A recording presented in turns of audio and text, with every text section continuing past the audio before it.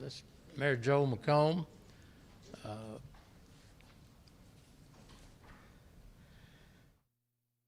We wanted to have this press conference today to let you know what the city and the county are doing, bring you up to date on where we are on Tropical Storm Hannah, and just some reminders.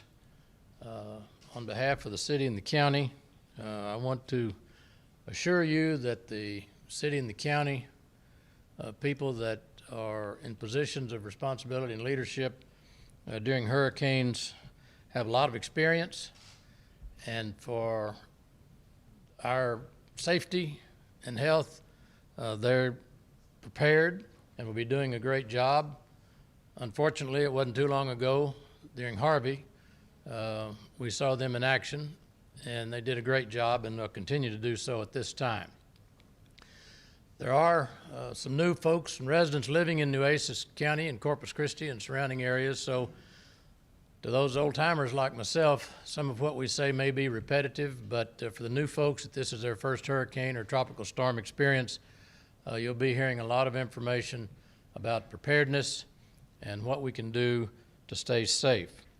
And so I'd like to share just a couple of things with you, what we're doing at the city level, and then Mr. Zanoni will come in and give you an update on the tropical storm itself.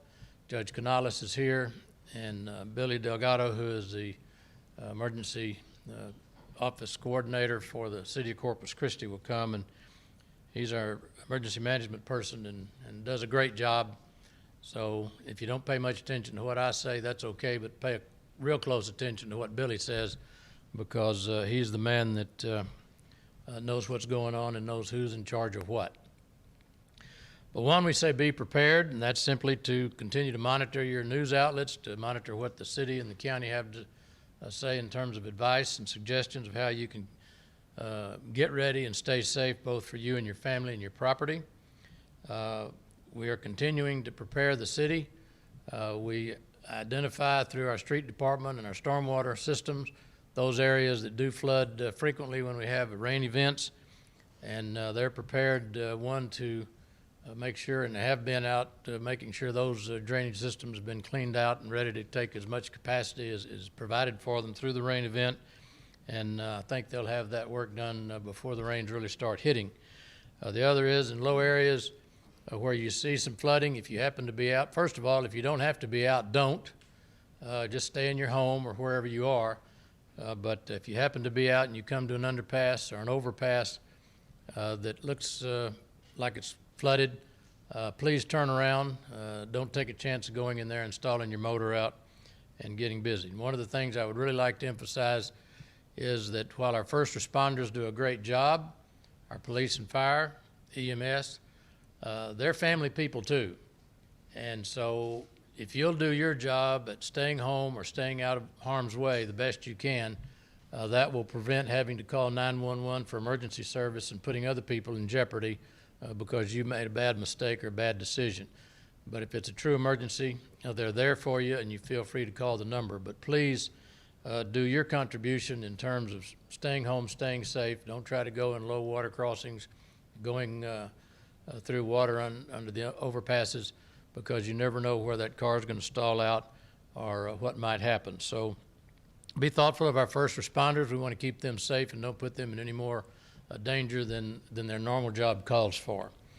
One of the things that we did just a moment ago was to sign an order for those that might have some interest. We've already closed the beach, if you know, for vehicular traffic. We've also established a curfew between now and August the 1st. But I just signed an order for those beaches within the corporate limits of the city of Corpus Christi. As of 1 p.m. today, those beaches are now closed both to people and to vehicles, and that's with the approval of the GLO. And the purpose for that is to give our people time to get all of the equipment off of the beach that we have, our lifeguard stands, the trash cans, the skid cans, or anything else that may create some debris or something that could be floated and pushed around through the high tides. I think the high tides probably by the time sundown, if not sunrise, will probably be up to the dunes and are not safe for people to be out there. So we've closed the beaches effective at 1 o'clock today. And so don't make any plans to go out there and catch a few high waves or do some surfing or whatever you want to do out there. The beaches are closed, and that will be enforced because it's a matter of safety for you and the officers. So, but the curfew that we're saying now is that no one is to be on the beaches between now and 8:30 p.m. on July the 26th. So the beaches are closed until July the 26th. Then the beaches will be back open under the existing curfew that says you can go there through the day, but the curfew still stands in effect from sunset to sunrise, which is approximately 8:30 p.m. to 6 a.m. So pay attention to those and be careful of that. In the past, the residents have been extremely helpful in following the suggestions that we have.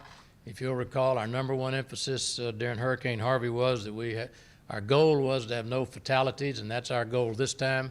And we're doing everything we can, every decision that the judge and myself and city manager and others make are based totally on the fact that we want to keep you safe, and we have no fatalities, no injuries. So that's our goal. We can get through this, and hopefully in a day or two, we will have enough rain to make our grass green, but it hasn't caused any damage or harm to our community or to our citizens. So at this time, I'd like to call the city manager up to give us an update on the storm and where it is and what the predictions are. And then Judge Canales and Billy Delgado will follow him with further comments. But anytime there's some new updates that need to be provided to the public, we will certainly do that. We've got all our phones charged up, and they'll be very close to us now dealing with this emergency. But at the same time, if you do decide to move from a low-lying area to a family member's house or to a friend's house, don't forget we're still in the middle of a COVID episode, so make sure that you take extra masks and whatever else you need during this time, because we still got the pandemic that we're worrying about, and we want to make sure that someone that has to go to another residence or location doesn't carry or expose people there that are not sick and just add to our problems. So take that in mind. We're riding two horses right now, and so be sure to take care of what keeps you safe through the COVID experience, as well as what we have through this tropical depression. So Peter, if you'll come at this time, where are you? And give us an update on the hurricane itself.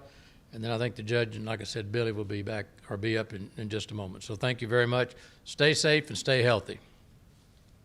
Quisimos contar con esta conferencia para recordarles por parte de la ciudad y el condado que contamos con la experiencia y nuestros empleados han hecho buen trabajo, como lo vimos durante Harvey. Pero hay residentes nuevos que no tienen experiencia durante temporales como este. Parte de la preparación, esté pendiente de los avisos, sobre todo proteja a su familia. La división de drenaje ya ha estado manteniendo el sistema para evitar inundaciones. Para las áreas que se inundan con frecuencia, le pedimos que no maneje en esas áreas. Para las cuadrillas de emergencia, les agradezco haber hecho buen trabajo, pero haga de su parte y así no arriesgue su vida ni la de las cuadrillas de emergencia. Le recordamos que las playas están cerradas desde la 1 de esta tarde para peatones y vehículos. Así podremos remover otros artículos como botes de basura y stands de los salvavidas. Le pedimos que no vaya a las playas. Habrá oficiales que estarán haciendo cumplir la ley, ya que se encuentra desde esta tarde bajo toque de queda y hasta el 26 de julio. Nuestra meta es que no haya pérdidas humanas durante este tiempo hasta que pase la emergencia, y lo mantendremos informado cada vez que haya algo nuevo. Recuerde, aún continuamos en la pandemia, por lo que le pedimos continuar evitando la propagación del virus. Si decide salir del lugar y se reúne con familiares o amigos.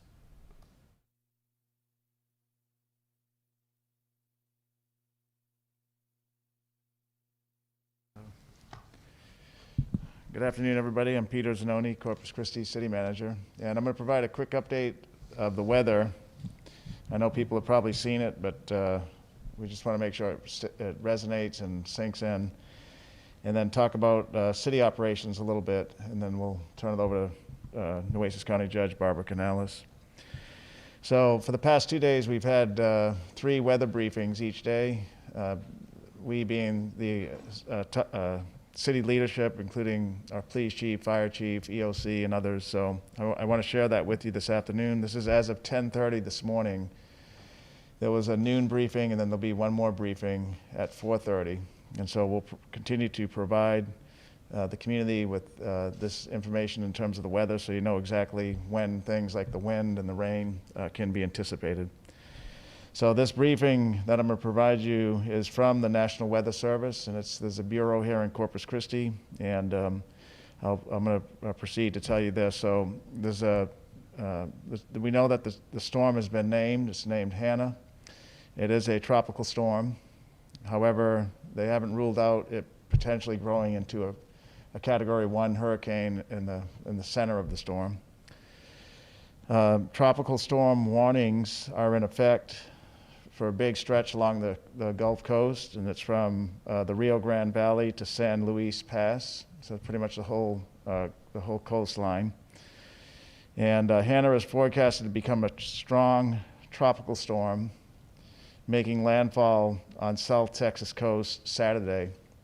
Right, so we may begin to see some activity tonight, but we'll see wind gusts in the morning, and that's when the initial approach of the storm will hit, is Saturday morning. And depending on where the center of the storm is, the wind gusts can be at hurricane force, and we'll know more today at 4:30. Wind impacts could cause structural damage to people's homes, to unanchored mobile homes, and it could cause downed trees and down power lines.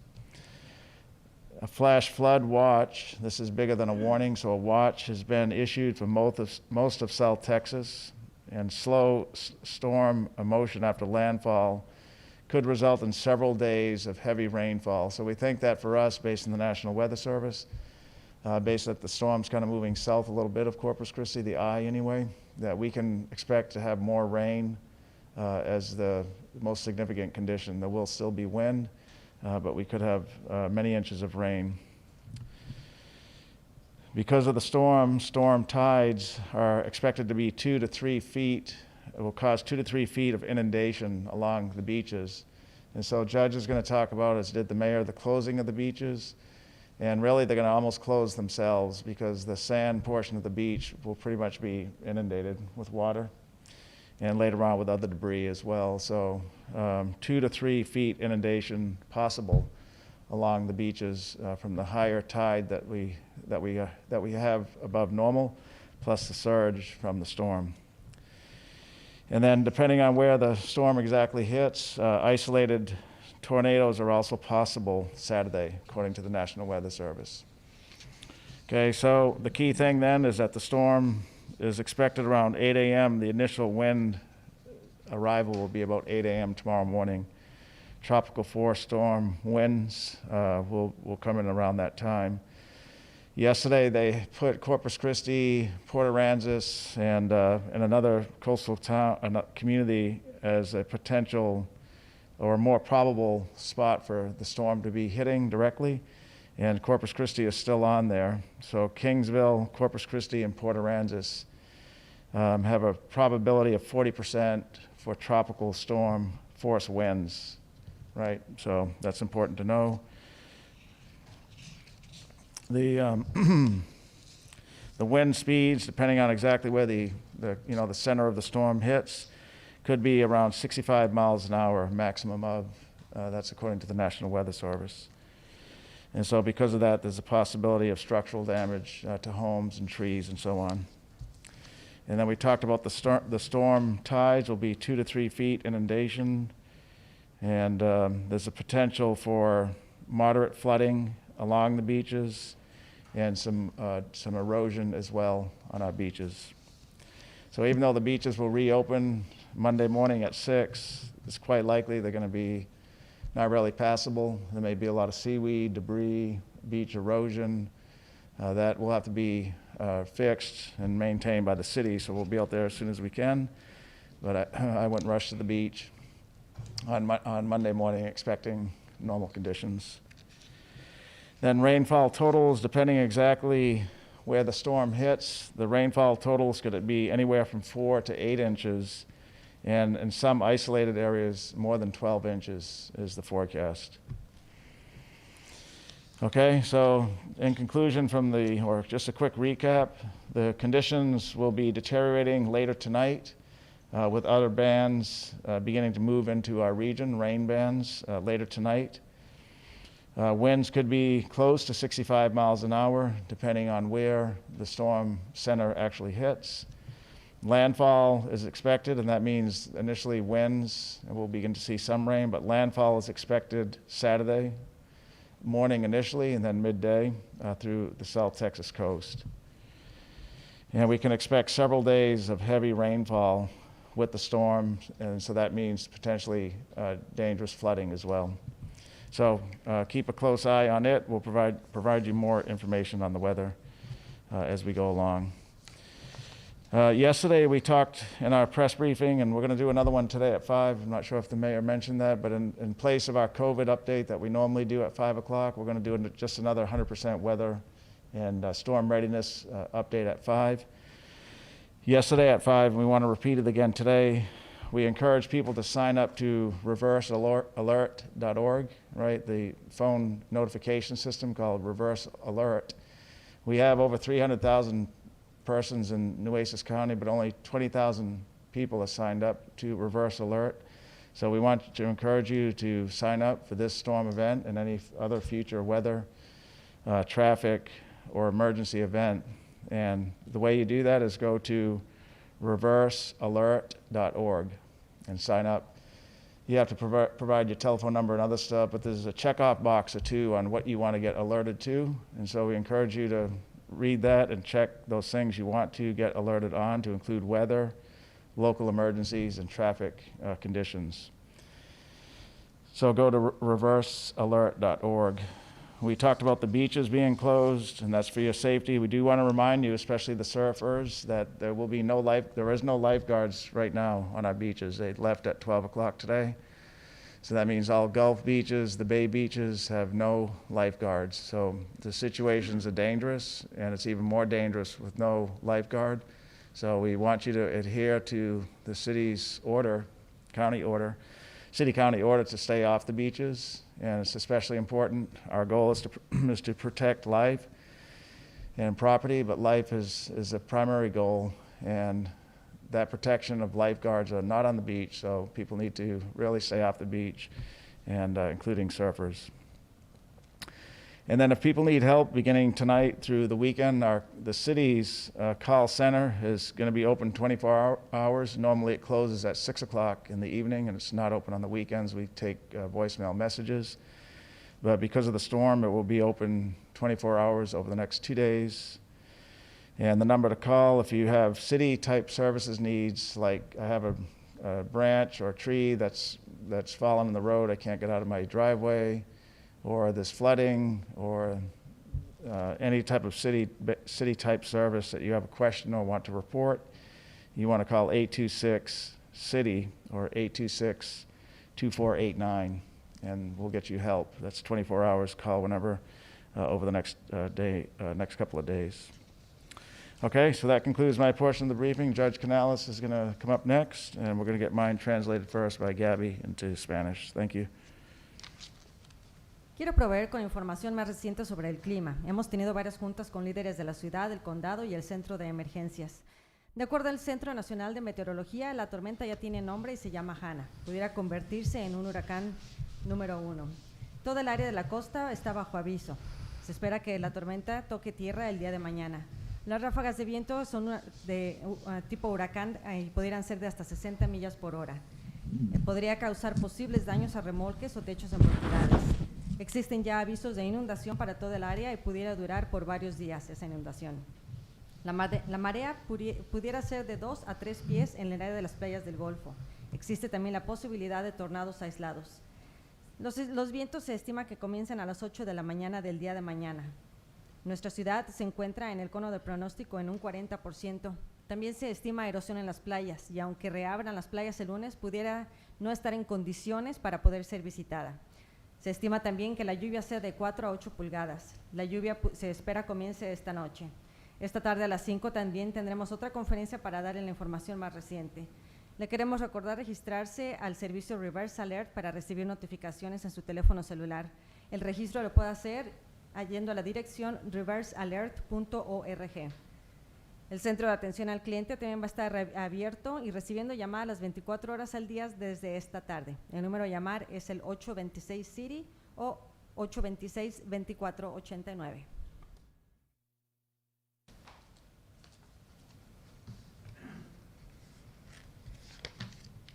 Good afternoon, Barbara Canales, Nueces County Judge, and I think for the purpose of this very important weather briefing, I am going to remove my mask and then return my mask on once I'm finished with my comments.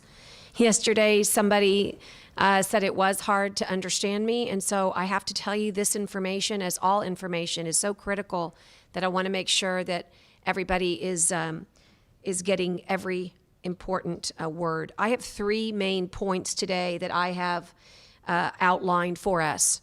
Here they are. And they actually apply to COVID-19 as well. So although this is a strictly weather briefing, I believe these are good points for any emergency. Be ready. Number 2, stay informed. Number 3, take no unnecessary risks. Let's talk about getting ready. Whether you are new to Nueces County or whether you've lived here all your life, I'm going to have you and urge you to look at that hurricane checklist and go through it in detail. Verify it with your own eyes. For example, ask yourselves, do I have a flashlight? I did that last night. Batteries. Can you actually find your flashlight? Is your battery supply full?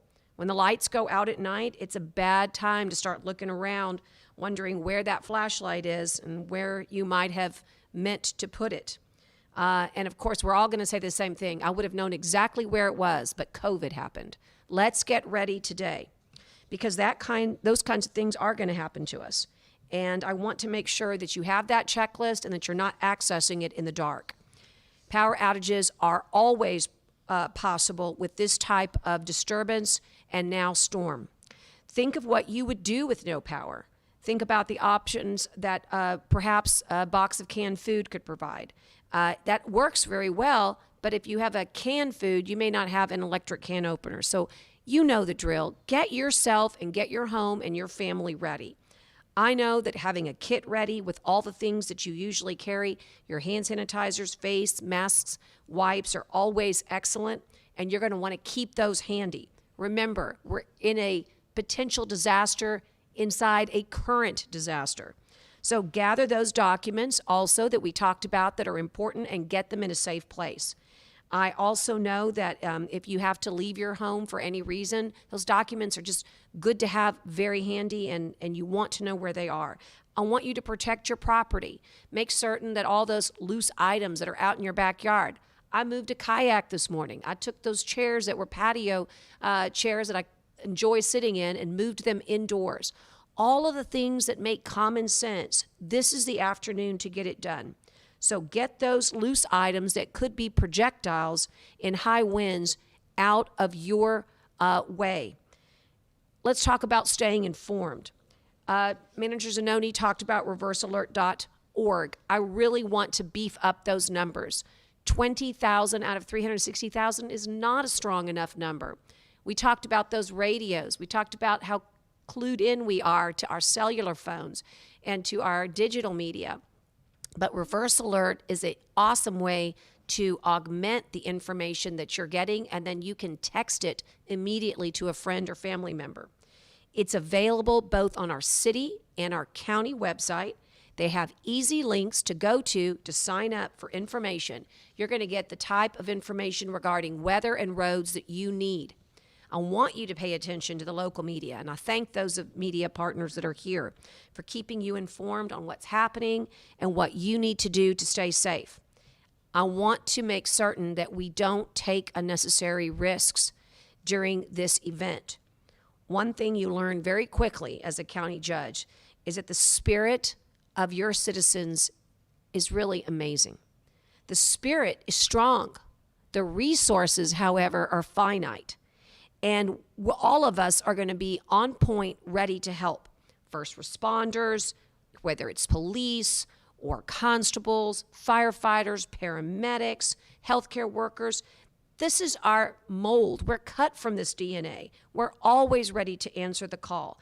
And as a result, so many first responders put their lives on the line every day for our safety, security, and health. However, resources are finite. We only have so many of these heroes that are available for fire trucks, ambulances, and police cars, and we're already stretched during this COVID-19. This is why Manager Zanoni and Mayor McComb have emphasized about the curfews on the beach, about the lack of lifeguards. We don't want to have to come rescue you if we can prevent that. So this is not the time to be a storm watcher. Rent the movie, but do not go out there and look for things, because you're going to put yourself in harm's way. And when you do, you're putting our first responders in limited resource mobility. I really want to make certain that we make a plea for everybody to do the smart thing and don't take unnecessary risks. One of the things that I learned this afternoon is, of course, there's something called high-profile vehicles. Chief Rocha taught me that little phrase, Billy. And, ambulances are amazing. They're big and they're tall, but they can also be light. And so, they have a lot of ways to catch the wind. So when we're in these tropical force winds, they're not the best vehicles to have on the road. Does that mean that if you're having a 911 event, we're not going to come get you? We will, but we're going to prioritize these calls. So don't be that person that's creating a call unnecessarily. We want to make sure everybody is safe. We can't respond well, even if we want to, if we put our folks in high-risk situations. Of course, there's going to be these unavoidable emergencies. Trees are going to get blown down, and it's possible with this event on our noon phone call that significant flooding can occur. Now, it's very interesting because this type of event, I won't bore you with the detail, but it's very interesting that it's not necessarily a river flooding type of event that they're predicting, but significant flooding can occur. And as a result, I don't want to have anybody in danger. I want to be able to say to all of you, we are here to help, and we have all the great resources. And we said this time and time again, our robust emergency plans are strong. They're very robust. And I'm very confident that the systems the city and the county have put into force now, starting with this press briefing, is our first message to you officially, that you are our best line of defense. Our plan is your preparedness. That's the biggest part of it. And I know that you're going to do your part. You've been doing it for 5 months now during this pandemic. And I'm going to hope, like Mayor McComb said, that this will not be a major event. But I don't work on hope as an emergency manager. I work on strategy. And there are more storms and systems in the Atlantic that have possible courses for the Gulf of Mexico. So, as I said yesterday, it's game day, and we're playing to win. What does winning mean? Protecting life, protecting property. I also want to emphasize that the county has set up a hotline, and its number is 414-6000. You might remember that hotline is a hotline you've used before for other information from the county. It's the same number, 414-6000. You're going to be able to call this number if you find yourself in the outer lying areas. You're outside Corpus Christi, and something happens that you need information, you need help. This is going to be a good number. We're going to start there'll be a small team of us in the EOC starting at midnight tonight. I left the office to come over here just a short time ago, and on my leaving, I was rearranging books last weekend, and I had one tabbed, and I knew I hadn't gotten to it, so I decided to look inside, and it was a great quote by Helen Keller, and I really think it's appropriate here. She said, "We could never learn to be brave and patient if there were only joy in the world." And so I ask you that these are difficult times. You might be asking yourself at home, how could this be possible that we're living inside this unbelievable COVID-19 crisis here in Nueces County in a way that really marks us in all the wrong ways as being a number one type of county for hospitalizations and fatalities and ICUs and positive rates and all those negative things. And then you think, here comes a tropical storm. And it was almost shocking to hear the National Weather Service say, and it's headed right for Corpus Christi. But I ask you to think about being brave and being patient, because it's not just those great qualities that make us resilient. But I know something else about storms, is that every one of them runs out of rain. And just like dark will turn into day, I know we will also be in front of you again, telling you that the storm is over now. So, for now, remember my 3 points. Be ready, stay informed, take no unnecessary risks. I would like to also ask a little bit of help from the media. We are going to have a lot of requests. If we could work through our communications department, I will make sure that we, after this press briefing and after 5 o'clock, if you need to reach us, get up-to-date information, if you would work through our public information office, we will make certain that we answer your request. Typically, you know, you can text me, call me, email me, and I'm going to call you right back, or I'm going to give you that interview over the phone. For this event, I would ask humbly if you would allow me to work through our communications office so that I can focus directly on getting all the information streamlined. So rather than maybe doing, 10 individual ones, we find our best way to communicate with one voice and one message, the city and the county. I also think you might find it interesting that we are reaching out to our other political subdivision partners. This morning, the RTA joined us in our call. They will be joining us also in our EOC.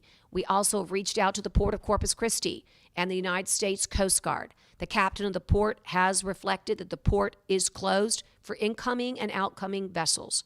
So I just want you to know that your political subdivisions, your city, your county, your RTA, your port, your small communities are not only talking, communicating, but as always, it gives me great pride to tell you that we are working together. Thank you, and again, please stay safe.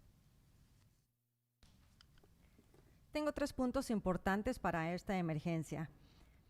Para estar preparado, el primero es esté preparado. Para estar preparado, tenga todos sus suministros para usted y su familia, desde linternas, comida enlatada, medicamentos, documentos, y ahora recuerde cubrebocas, toallitas antibacteriales, etc. Proteja su propiedad, especialmente artículos sueltos que se encuentren en su jardín, antes de que se conviertan en un proyectil con los fuertes vientos. Segundo, esté preparado. Le pido que se registre en Reverse Alert, así recibirá la información más reciente en su teléfono. También le agradezco a los medios el dar a conocer esta información y mantener a los residentes bien informados. Le pedimos que no salga si no es necesario, ya que pondrá su vida en peligro, así como la de las cuadrillas de emergencia. Este tipo de tormentas pudiera traer inundaciones importantes, así que no salga si no es necesario. Nuestro plan es que usted esté preparado. Esperamos que no sea una tormenta que nos traiga problemas. El condado también cuenta con una línea especial de ayuda para aquellos residentes que viven fuera de los límites de la ciudad. El número a llamar es el 414-6000. Es difícil pensar que una tormenta llegue a nuestra área en medio de la pandemia, pero espero que usted tome todas sus precauciones. El sistema de autobuses, el RTA, así como el puerto, también están a bordo en esta emergencia para poder actuar.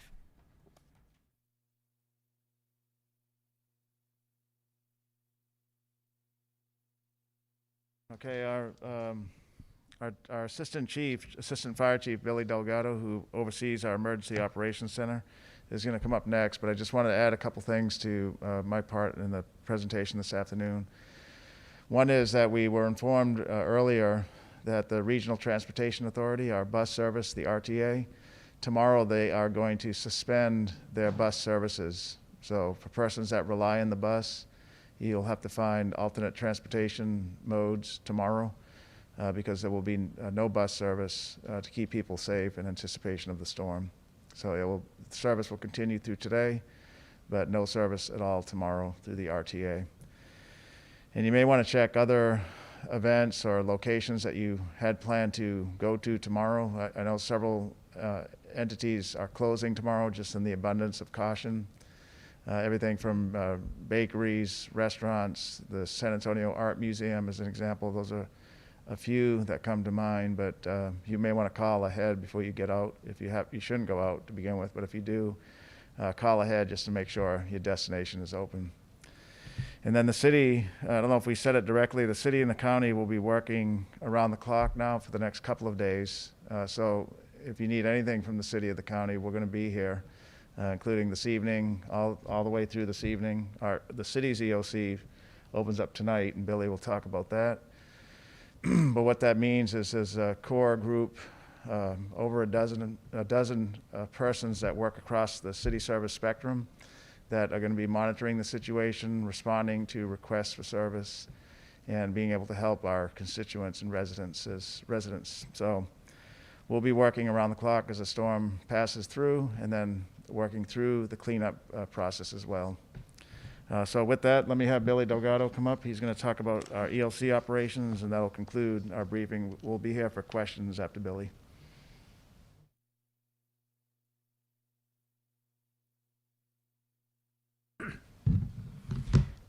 Good afternoon, Billy Delgado, Emergency Management Coordinator for the City of Corpus Christi. We're going to be talking about the EOC operations, but first, the communication, just like the judge said, is very important, and that's what's been going on behind the scenes the last week and a half for this event. Multiple departments, city departments have been working continuously on their emergency plans, getting ready for an event such as tomorrow or later tonight. We met with them this morning with the city manager, and every department briefed on their plans, and they are full speed ahead as far as doing what they need to do to be prepared for the event. We've had multiple WebEx calls with other agencies throughout the last 3 days, with region, state, outside agencies, so we continue to do that, and we'll continue to do that as we move forward. The big thing is city and the county and the region, we work together as a team. And we've been in every step of the way, and we'll continue to do that through this event. The EOC will be activated tonight at 8 a.m. We'll stay open until the event is concluded. Keeping in mind the COVID-19, we cannot forget that. So we are socially distancing inside the EOC. That means that we're not having like Harvey, where we had 75 people in there. We won't have that many people in there tonight. We are spacing everybody out, and then the people that aren't able to get into the EOC tonight will be working virtually, on call, ready to help whenever needed. So we're taking that in mind, and we'll always do that. The teams stand ready to respond to any emergency that comes along with this event. We just want the people to know that we stand ready, the plans are ready, teams have been communicating, and we're ready to go when we need to go. One thing that I do want to, off the topic of the web EOC, is one thing that we talk about preparedness, and we talk about, what we need to take. One thing that we want to really stress is, phone numbers. If your cell phone goes down and you lost power and you only know your loved one by her name and not her number, there's going to be a problem there. So write down all your important phone numbers, put them on an index card, put it in your wallet, or put it in your purse, and you'll always have it.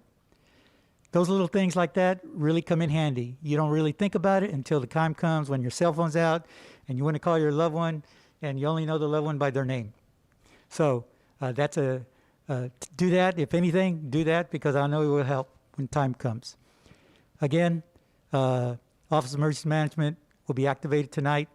Multiple different departments will be in there, as well as a few outside agencies where we're able to isolate them in offices outside of the EOC, but in the building. So we've been working on this plan, and we'll continue to work on this plan as we move forward. So thank you very much, and stay safe. Listen to the media, social media, Facebook, Twitter, and we'll get the information out. Use reverse alert, please. Use reverse alert, and we'll be getting you the messages. So thank you. Múltiples departamentos de la ciudad han estado haciendo todo lo posible para estar preparados para este evento desde los últimos 3 días y vamos a continuar con esa preparación. El centro de emergencias va a estar activo hasta que pase la emergencia. Recuerde, continúa esta pandemia, por lo que le pedimos tomar todas sus precauciones. Nuestras cuadrillas de emergencia están preparados para asistir. Algo importante, tenga una lista de los números de emergencia, así como de amigos y familiares en un lugar. Téngalos con usted escrito para no confiar simplemente con su teléfono, ya que se pudiera perder la energía eléctrica. También le pedimos estar informado en las redes sociales, ya sea a través de Facebook o Twitter.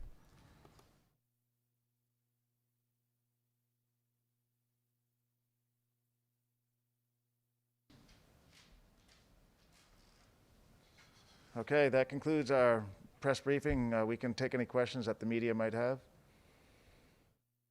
For the judge, the mayor. Yes, ma'am? There is a plan in place, yeah. So the question, if persons couldn't hear, is there a plan in place for the city's homeless population? So since yesterday, we began outreach to our homeless providers who, in times like these, tend to open up their shelters more readily for the homeless population. So that has been activated yesterday.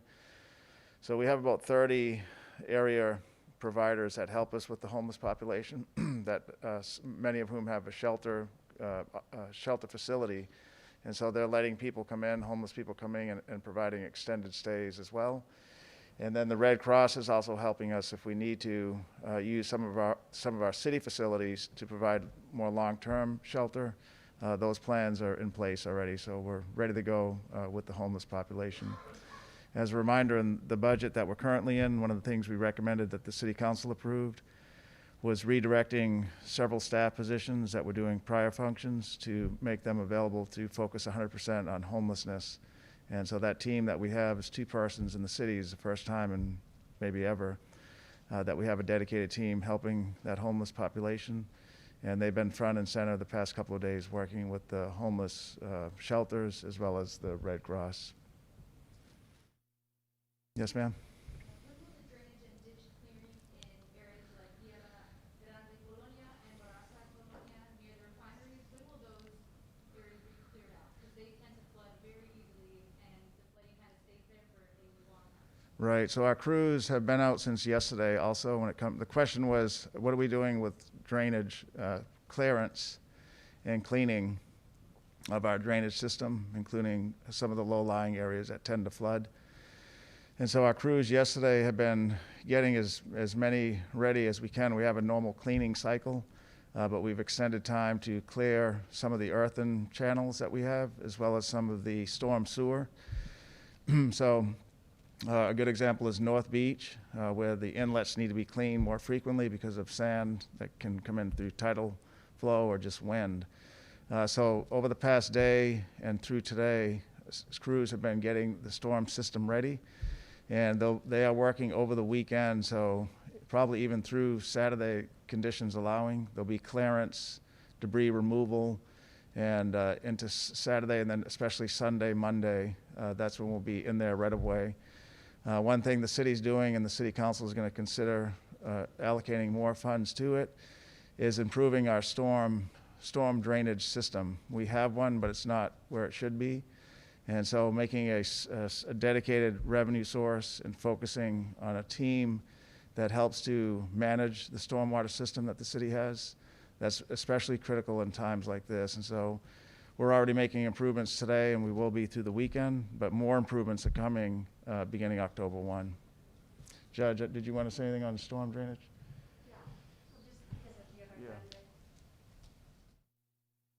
I just want to say that the same goes as well for the county. We've been out all morning, working on with Public Works, who is really the department that would be in charge of making, as much effort as they can to clear vegetation and allow for that drainage to work properly.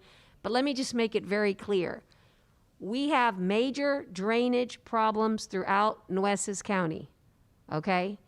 That's not going to change overnight.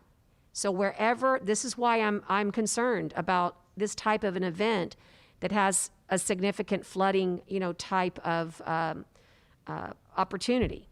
And so let's see if our creeks, can do their job. But I will tell you, on the National Weather Service call, I think that we maybe might get a little lucky that our rivers can handle it, but our creeks are probably going to be the ones that you're going to see fill quickly. So look for Oso Creek and some of our tributaries to get filled. But where you're in a low-lying area, this is what I mean about not taking unnecessary risks. Stay home if you can. Stay off those roads and stay away from harm's way. And then we will do our very best, and I know you're going to help me too by identifying our problem areas. And just like we do for any other rain event, we're going to be out there in the rural counties working on, to the best that we can with our equipment and our support team through Public Works. So I expect you're going to see a lot more problems in the rural area than anywhere else. Since we're here already, post Canada, once Canada's already out of here, what can the people that live in these colonias, what can they expect from the county in reference to flooding? Because no matter Sure. it's going to flood and the water it's going to be Sure. contaminated. So what can these people You can expect, response. One of the things that I'm looking at right now is finding out what resources we have to partner with the state. So, I want to hope, I too believe that, I would like to imagine that this storm just moves away and we don't get any big event from it. But I have to plan for it bringing significant rain and significant problems due to flooding in low-lying areas. So one of the things that your county has done for you is we are well in our way to designing, really the drainage of the future. But this takes a tremendous amount of time and planning. We've been working all year on this event. We have a major Water Development Board grant pending right now for a watershed basin study. I have always maintained that drainage is one of our number one problems. Most of all the commissioners agree. So we have 2 grants that are going to be pending at the GLO to make major changes for our future. And why haven't they been done now? Well, because these grants just became available, and the granting cycle is now. And all of these grants, by the way, are a result of Hurricane Harvey. So I will tell you this morning, I'm going to be taking. We have some experts that are going to be out in the field in the recovery piece of it, right after the storm and the danger has passed, and they're going to be looking at water levels and really seeing what happens to all of these creeks, tributaries, and rivers and low-lying areas. So we have a research team already in place now to see what we look like after this rain event. So those are the things we do. But we work with our partners at TxDOT. We work with the city, wherever the jurisdictions overlap. Remember, there are other smaller communities like Robstown, Agua Dulce, Banquetti. So we're going to do everything we can, but we want people to be safe. So stay away from those areas that flood.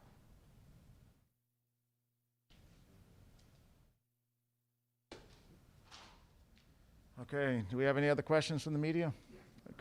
Courtney? Well, the question was, are we going to do anything to notify persons that live in known flood zones? To my knowledge, we're not doing any additional outreach. We are in neighborhoods, though, inspecting our conditions to see, can we, as we talked about earlier, clear some of the creeks. We do have some heavy vehicles. We are going to, if we haven't already, pre-position some vehicles that can withstand higher waters in case we have to rescue people out. We're notifying people through means like this, and so I think that's some of the things we're doing.